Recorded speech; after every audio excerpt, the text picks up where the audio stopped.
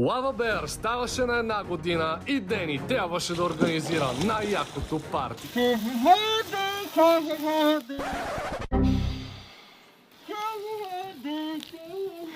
Братле, това е най-тъпото парти на света, разбираш ли? Лава Беар отбора трябваше да спаси това парти.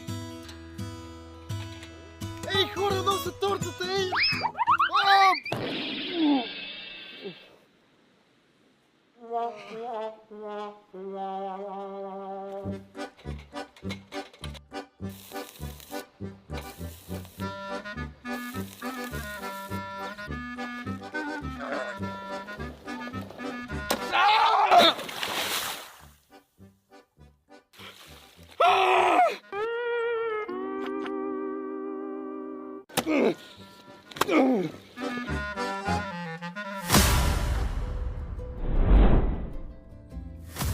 Headshot.